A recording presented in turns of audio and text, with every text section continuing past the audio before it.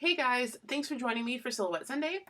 In today's video, I'm working on back to school projects. I have a friend who wants to do a easy DIY project for the team of teachers she works with. She's in second grade, and we saw these ceramic pencils at Target in their dollar spot, and we decided that this would probably be a really cute gift to make basically nameplates for the various teacher desks or their door if they choose to hang them, because it does have a hanging hook on the back or a hole for hanging on the back. And to keep this project as affordable as possible, we're going to be using the oil-based Sharpie method for doing the names as opposed to just using vinyl, because good quality vinyl that sticks for the long haul is pricey. And if we were doing hundreds of these, it might be worth it to buy a large roll or buy a couple of rolls if we're doing more than 8, but we're only doing approximately 8 of these, so we wanted to keep it at under $5 per pencil. So I've already measured the length of the space I have the name on the pencil, and the portion that is available is approximately 4 inches by 1¼ inches.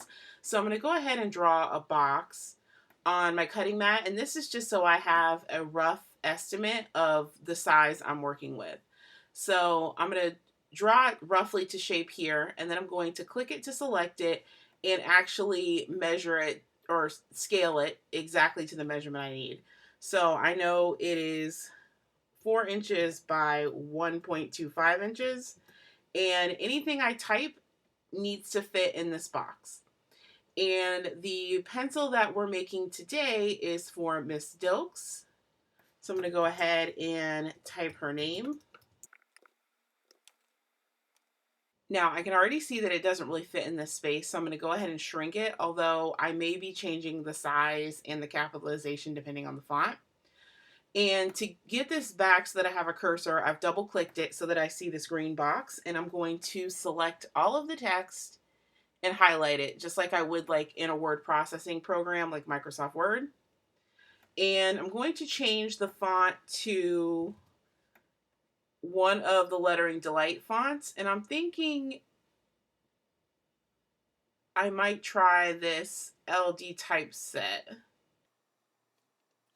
Now, it looks pretty good the way it is, but some of these letters are a little too close together and some are a little too far apart.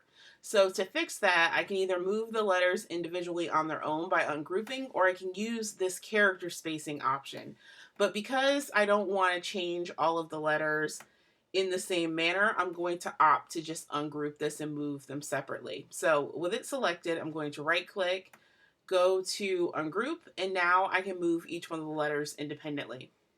Now I don't particularly care for how far apart this is, so I'm going to back it up.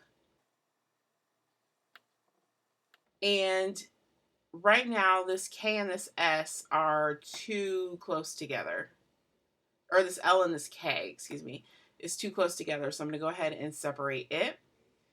Now to put this all back together so it moves as one shape, I'm going to hit Command G on my keyboard. It may be Control G if you're on a Windows system, but I'm on a Mac, so it's Command G. You also have the same option if you right click. So I'll show you quickly. If you right click, you have the same option to group. Mine's grayed out right now because I've already done it, but it is there if you right click as well. So this looks pretty good as is. So I'm going to group this entire thing together because I actually do want it to cut out the little rectangle because it'll make it easier to place later. So I'm going to go ahead and draw a box around everything, right click, and then go to group.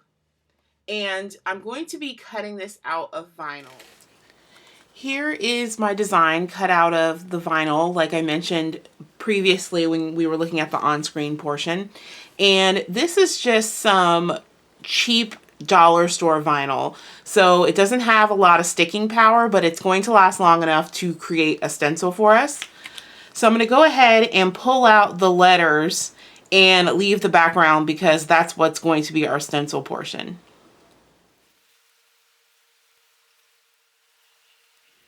I finished weeding my design, so I'm going to go ahead and transfer it to my ceramic pencil using some transfer tape. And this is actually just a scrap of tape, but you could try using the clear book cover type tape that also is sold at most dollar stores. Now I'm going to use this transfer tape to remove this from the backer piece of paper and place it on the front of my ceramic pencil. Now, if you've never used an oil-based Sharpie before, they do have to be primed. And the way you do that is with the marker in the tip up position, you push it with your finger and then you recap it and shake it well. And basically you just wait for this to become saturated. And if I continue to press it, you'll see black ink begin to flow. Once my tip is completely black, I'm going to go ahead and start coloring in the letters.